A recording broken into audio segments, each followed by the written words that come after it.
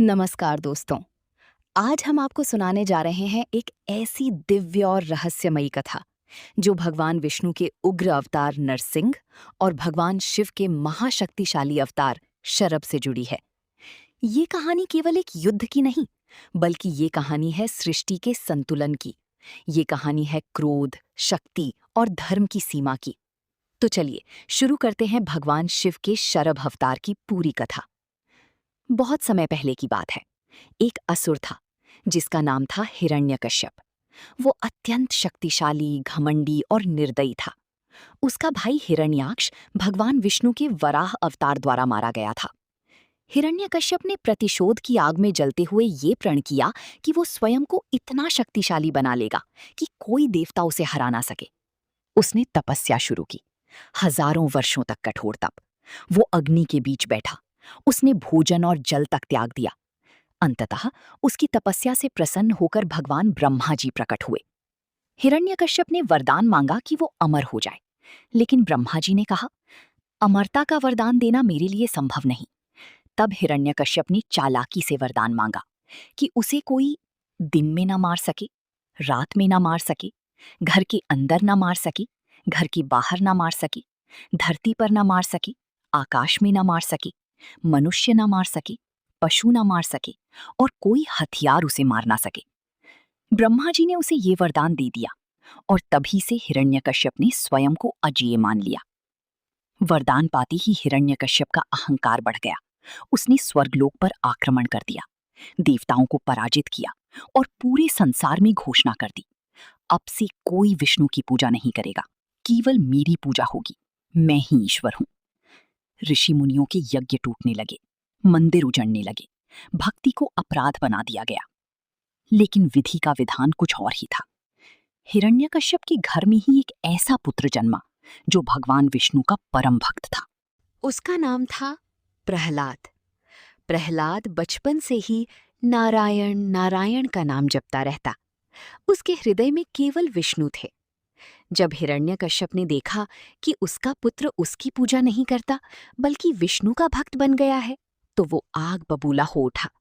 उसने प्रहलाद को समझाया, धमकाया, लेकिन प्रहलाद ने कहा, पिताजी, भगवान विष्णु ही सत्य हैं, वही पालन करता है, वही सर्वत्र है। ये सुनकर हिरण्यकश्यप को लगा कि उसका बेटा ही उसके साम्राज्य के लिए खतरा है। फिर हिरण्यकश्यप ने प्रहलाद को मारने के लिए अनेक प्रयास किए। कभी उसे पहाड़ से गिराया गया, कभी समुद्र में फेंका गया, कभी विष पिलाया गया, कभी हाथियों से कुचलवाने का आदेश दिया गया। और सबसे प्रसिद्ध घटना, जब हिरण्यकश्यप की बहन होलिका ने प्रहलाद को गोद में लेकर आग में बैठने का प्रयास किया। होलिका को वरदान था कि आग उसे जला नहीं सकती, लेकिन प्रहलाद के सत्य और विष्णु भक्ति के कारण आग में होलिका जल गई और प्रहलाद बच गया। ये देखकर हिरण्यकश्यप का क्रोध 7वीं आसमान पर पहुंच गया। एक दिन हिरण्यकश्यप ने प्रहलाद को दरबार में बुलाया। उसने गुस्से में पूछा, बता, तेरा विष्णु कहाँ है? प्रहलाद बोला, भगवान हर जगह है। हिरण्यकश्यप चिल्लाया, हर जगह? तो क्या वो इस स्तंभ में भी है? प्रहलाद ने बिना डरे कहा, हाँ पिताजी, वो इस स्तंभ में भी है। बस यही सुनते ही हिरण्यकश्यप ने अपना गदा उठाया और जोर से उस स्तंभ पर प्रहार कर दिया। तभी स्तंभ फट गया, पूरा राजमहल कांप उठा, भयंकर गर्जना हुई और उस स्तंभ से प्रकट हुई भगवान विष्णु नरसिंह अवतार में। उनका स्वरूप आधा मनुष्य और आधा सिंह था। उनकी आंखें अंगारों जैसी, उनकी दहाड़ से दिशाएं कांप उठी।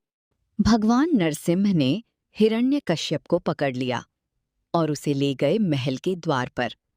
वो समय था संध्या का, न दिन न रात। उन्होंने हिरण्यकश्यप को चौखट पर रखा, न घर के अंदर न बाहर। फिर उसे अपनी जांघ पर बैठाया, न धरती न आकाश, और अपने नाखूनों से उसका वध कर दिया, जो न हथियार थे न अस्त्र। इस प्रकार ब्रह्मा जी का वरदान भी टूट नहीं सका और अधर्म का अंत हो गया। प्रहलाद की रक्षा हुई और देवताओं ने चैन की सांस ली। लेकिन कहानी यहीं समाप्त नहीं हुई। हिरण्यकश्यप का वध तो हो गया, लेकिन भगवान नरसिंह का क्रोध शांत नहीं हुआ। उनका तेज बढ़ता ही जा रहा था। वे उग्र से उग्रतर होते चले गए। उनकी दहाड़ से आकाश फटने लगा, धरती कांपने लगी, देवता भयभीत हो गए, ऋषि मुनि चिंतित हो गए। सृष्टि को डर लगने लगा कि अब ये उग्र शक्ति पूरी ब्रह्मांड को जला देगी। तब सभी देवता भगवान ब्रह्मा के पास पहुंचे। ब्रह्मा जी ने कहा, ये क्रोध शांत करना मेरी बस की बात नहीं, अब केवल भगवान शिव ही ये कर सकते हैं। देवताओं ने कैलाश जाकर भगवान शिव की स्तुति की और उनसे प्रार्थना की, हे महादेव, नरसिंह भगवान का क्रोध शांत नहीं हो रहा। यदि ये शांत नहीं हुआ तो सृष्टि का विनाश हो जाएगा। भगवान शिव ने ध्यान लगाया और उन्होंने एक ऐसा स्वरूप धारण किया जो अत्यंत रहस्यमय और अद्भुत था। ये स्वरूप था शरभ अवतार। शरभ का रूप वर्णित किया जाता है, सिंह जैसा शरीर, पक्षी जैसी विशाल पंख, 8 पैर, तीखे नख और भयानक मुख। ऐसा रूप जिसे देखकर स्वयं देवता भी कांप जाएं। ये अवतार केवल शक्ति दिखाने के लिए नहीं, बल्कि सृष्टि के संतुलन को बचाने के लिए था। जब शरभ अवतार में भगवान शिव नरसिंह के सामने पहुंचे तो पूरा ब्रह्मांड थम गया। 2 महान शक्तियां आमने सामने थीं। एक ओर विष्णु का उग्र अवतार नरसिंह और दूसरी ओर शिव का महाशक्तिशाली शरभ। कथा के अनुसार दोनों में भयंकर संग्राम हुआ। धरती फटने लगी, पर्वत टूटने लगे, समुद्र उफनने लगे। देवताओं ने आंखें बंद कर लीं। ये युद्ध केवल बाहरी नहीं था, ये युद्ध था उग्रता और नियंत्रण का।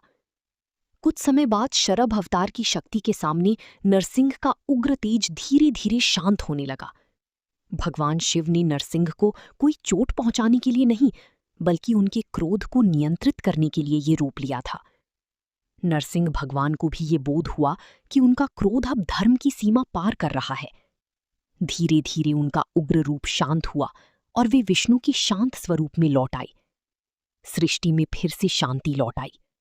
देवता प्रसन्न हुए, ऋषियों ने शिव की जय जयकार की। दोस्तों, ये कथा हमें एक बहुत बड़ा संदेश देती है।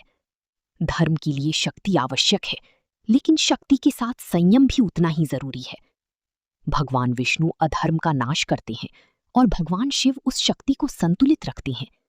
इसीलिए शिव और विष्णु अलग नहीं, दोनों एक ही परम सत्य के 2 स्वरूप हैं। जहां विष्णु पालन है, वहीं शिव नियंत्रण और संहार के माध्यम से संतुलन है। ये कथा बताती है कि जब सृष्टि में असंतुलन बढ़ता है तो ईश्वर स्वयं संतुलन बनाने प्रकट होते हैं। तो दोस्तों, ये थी भगवान शिव की शरभ अवतार की पूरी कथा। अगर आपको ये कहानी पसंद आई हो तो वीडियो को लाइक करें और ऐसी ही धार्मिक और पौराणिक कथाओं के लिए चैनल को सब्सक्राइब करें। जय श्री विष्णु, जय महादेव, हर हर महादेव।